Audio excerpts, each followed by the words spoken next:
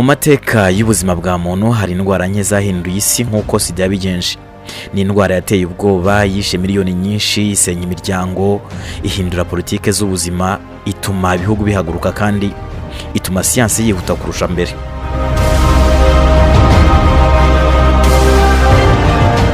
Ariko ikibazo gikomeye kiracyari iki? Ese sida yatangiye ite, yabonetse ite, kuki yakwiriye ku isi yose, kuki nyuma y'imyaka 40 ikivugwa? Ese koko izarangira umunsi umwe? Ibi nibyo tugiye kugenda tugarukaho muri aka kanya. Nge nitwa Manzi, ntwaye ikaze.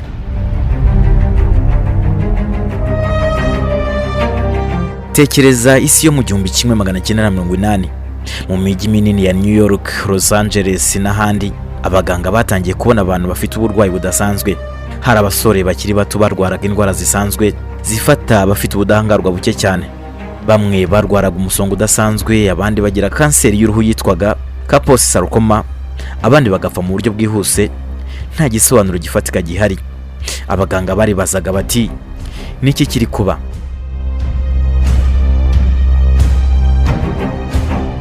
Mu 1981 ikigo cy'abanyamerika gishinzwe gukumira indwara Center for Disease Control CDC cyatangaje bwa mbere ko hari uburwayi bushya butari busanzwe. Nyuma yaho nibwo hatangiye gushakishwa inkomoko yabwo. Mu ntangiriro abantu benshi bari bafite ubwoba. Hari abatekerezaga ko ari umuvumo, abandi bakibwira ko ari intambara y'ibanga, abandi bakavuga ko ari indwara y'abanyamahanga. Ariko icyo gihe siyansi nihagaze kugenda ikurikirana ibyayo. Mu 1983 abashakashatsi bo mu Bufaransa bayobowe n'uwitwa Luc Montagnier babashije gutahura virusi yaje kumenyekana nka HIV, ariyo Human Immunodeficiency Virus, agakoko gatera sida.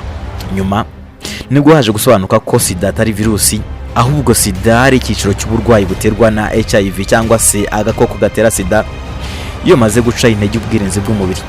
HIV ni virusi, sida ni ingaruka zayo ku rwego rwo hejuru.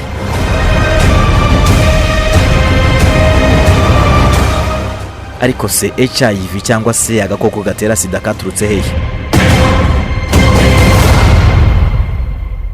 Abahanga benshi bemeranya ko HIV yaturutse ku nyamaswa, cyane cyane ku nkende zo muri Afurika yo hagati. Hari virusi yitwaga SIV yabaga mu nkende ikaza guhinduka ikinjira mu bantu.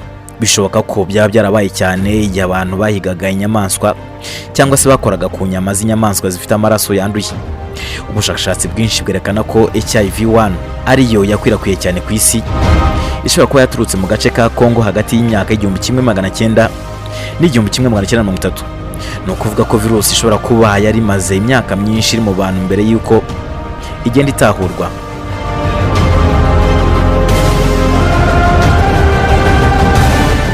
Kuki itabonetse kare?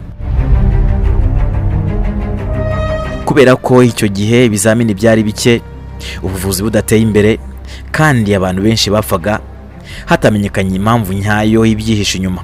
Iyo urebye amateka, umujyi wa Kinshasa muri Repubulika Iharanira Demokarasi ya Kongo uvugwa cyane nk'ahantu HIV cyangwa se agakoko gatera sida katangiriye gukwirakwira cyane.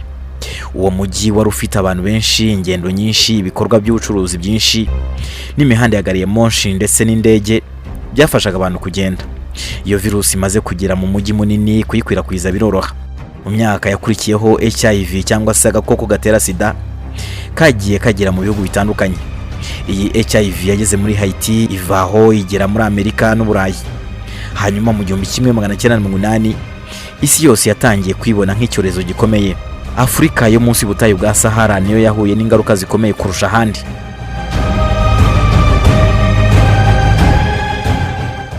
Ese HIV yandura ite? Iki ni ikibazo abantu benshi bibaza cyane. HIV cyangwa se agakoko gatera sida kandurira mu maraso, mu masohoro y'umugabo, mu matembabuzi yo mu gitsina cy'umugore no mu mashereka.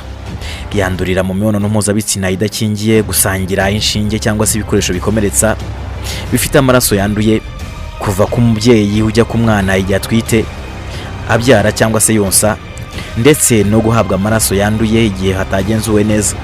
Ariko kandi abahanga bagaragaza ko HIV cyangwa se agakoko gatera sida katandurira mu gusuhuzanya, guhoberana, gusangira ibiryo, gukoresha ubwiherero bumwe, gusomana bisanzwe, kurumwa n'umubu cyangwa se gukorakora umuntu ufite virusi. Ibi ni ingenzi cyane kuko imyaka myinshi abantu bagiye bahezwa bazira ibihuha.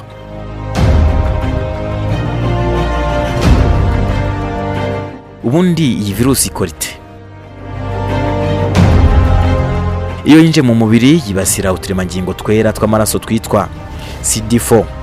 Utwo nitwo dufasha umubiri kurwanya indwara. Iyo virusi ikomeje kutwica buhoro buhoro, umubiri utakaza ubwirinzi. Iyo bugeze hasi cyane, umuntu atangira gufatwa n'indwara zoroshye cyangwa se izica vuba. Icyo gihe nibwo bavuga ko hageze ku rwego rwa sida. Mu myaka ya mbere kugira virusi cyangwa se HIV byafatwaga nk'igihano cy'urupfu, kubera ko nta miti myinshi yari hari icyo gihe. Abantu benshi bapfaga vuba. Mu 1990 imiryango myinshi yabuze abayo, ababyeyi basigarana abana bagasigara ari imfubyi, abakozi bagapfa, ubukungu bugasubira inyuma. Ariko mu 1996 habaye impinduka ikomeye. Haje imiti ya antiretroviral therapy cyangwa se ARVs. Iyi miti ntiyica virusi burundu, ariko yigabanya cyane ku buryo umuntu ashobora kubaho imyaka myinshi kandi neza. Uko umuntu ayifata neza, virusi igenda igabanuka mu maraso ku rwego rwo hasi cyane. Abahanga bageze ku bundi bumenyi bukomeye cyane, aribwo bwo ko umuntu ufite virusi cyangwa se HIV ufata imiti neza, virusi ishobora kugabanuka cyane ikaba itagaragara mu maraso, nta yanduzo baryamana.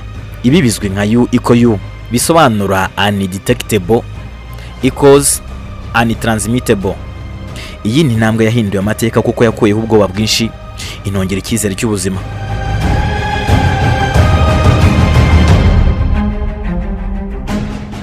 Ariko kandi imibare igaragaza ko ishami ry'umuryango w'abibumbye rishinzwe gukumira no kurwanya sida UNAIDS rivuga ko kuva icyorezo cyatangira abantu barenga miliyoni 85 banduye HIV ku isi, kandi abasaga miliyoni 40 bamaze gupfa bazize indwara zifitanye isano na sida.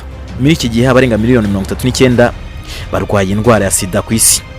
Afrika ni ifite umubare munini kurusha ahandi, by'umwihariko Afrika yo munsi y'ubutayu bwa Sahara ifite igice kinini cy'abantu barwaye sida. Impamvu zirimo ubukene, serivisi z'ubuzima zitagera hose, ihohoterwa rishingiye ku gitsina, ubumenyi buke n'ivangura. Mu bihugu bimwe urubyiruko n'abagore nibo bibasiwe cyane. Hari aho umukobwa muto aba afite ibyago byo kwandura kurusha umusore bitewe n'ubusumbane bwo kwifatira icyemezo ku mubiri we. Mu Rwanda hose bimeze biti? Mu Rwanda ruri mu bihugu byakoze neza mu guhangana na HIV cyangwa se agakoko gatera sida. Hashyizweho gahunda zo gupima, gutanga imiti, gukangurira abantu kwirinda no gufasha ababyeyi batwite kugira ngo batanduza abana. Ariko kandi imibare igiye itandukana uko imyaka yagiye ihita. Kuri ubu abasaga 3% ku bantu bakuru nibo bagiye bagaragaraho iyi ndwara ya sida. Ariko kandi mu bushakashatsi bwagaragajwe n'ikigo RBC cyagiye kigaragaza ko mu myaka ishize urubyiruko ari umubare munini ufite agakoko gatera sida ugereranije n'abandi bantu. Mu Rwanda kandi gahunda yo gutanga imiti ihangana n'agakoko gatera sida izwi nka ARVs ku buntu, gukurikirana abarwayi no gukangurira abantu kwipimisha byagize uruhare runini. Uyu munsi abantu benshi bafite HIV barakora, babyara abana batandukanye, bakabaho ubuzima busanzwe.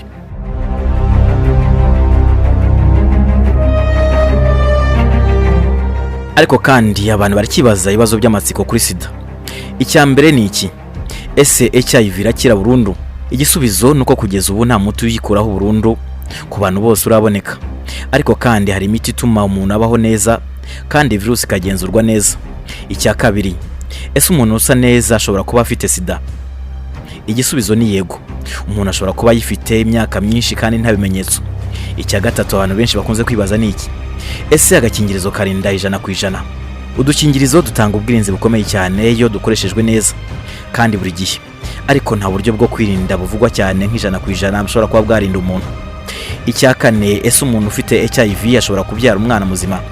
Igisubizo ni yego, iyo akurikiranwe neza n'abaganga kandi mu buryo bushoboka cyane. Icya gatanu, ese kurumwa n'umubu byanduza sida? Igisubizo ni oya. Icya gatandatu abantu benshi bibaza kuri sida ni iki? Ese sida iracyari indwara muzikomeye cyane? Iracyandura no muri iki gihe cyane cyane iyo abantu benshi badashoboye kwirinda. Hari n'ikindi kibazo gikomeye, kuki abantu bagihisha ko bayifite? Igisubizo abenshi batanga ni iki? Nukwanga guhabwa akato. Hari abantu batinya kuvuga ko banduye sida, gutotezwa cyangwa se guhezwa. Guhezwa cyangwa se guhabwa akato ni bamwe mu banzi bakomeye kurusha virusi bwayo, kuko bituma abantu batipimisha cyangwa se batanywa imiti neza.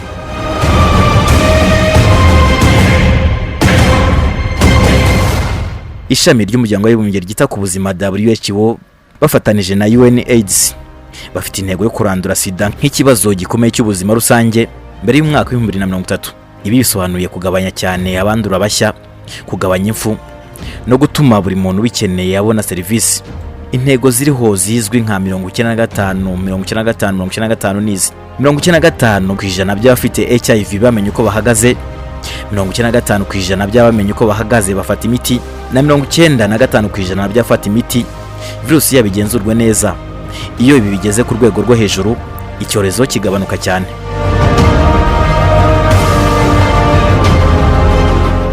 Ese dukwiye gukora iki kugira ngo tuyirinde? Icya mbere ni ukwipimisha, kumenya uko duhagaze ni intambwe ya mbere. Icya kabiri ni ugukoresha agakingirizo neza kandi buri gihe ku bantu bafite ibyago byo kwandura. Icya gatatu ni ubudahemuka hagati y'abashakanye cyangwa se abafite umubano. Icya kane ni kwirinda gusangira inshinge n'ibikoresho bikomeretsa. Icya gatanu ni ugukoresha PrEP ku bantu bafite ibyago byinshi byo kwandura. PrEP ni imiti ifatwa n'utarandura kugira ngo imurinde. Icya gatandatu ni uko ababyeyi batwite bipimisha kare kandi bagafatira imiti ku gihe mu gihe bayirwaye. Icya karindwi ni ukurwanya akato, kuko iyo abantu bumva ko batekanye nibwo bipimisha kandi bakivuza.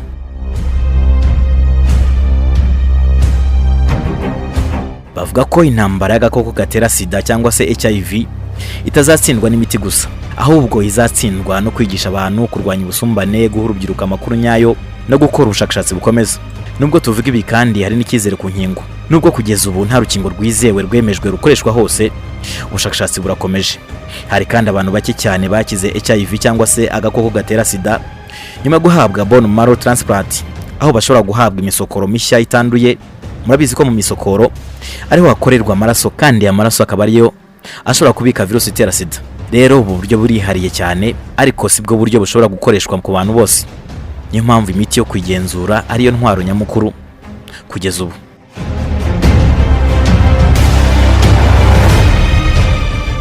Iyo urebye aho isi yavuye n'aho igeze, biratangaje cyane. Mu myaka 1980 agakoko gatera sida HIV kari nk'igihano kidafite igisubizo. Uyu munsi umuntu yifite ashobora kubaho igihe kirekire, gukora, gukunda, kubyara no kugira inzozi z'ejo hazaza. Ariko urugamba ntirurarangira. Buri munsi hari abantu bashya bandura. Buri mwaka hari abapfa kubera ko batabonye imiti kandi ku gihe. Hari urubyiruko kandi rutarabona amakuru ahagije. Hari kandi bamwe mu bagore bagikorerwa ihohoterwa ribashyira mu kaga.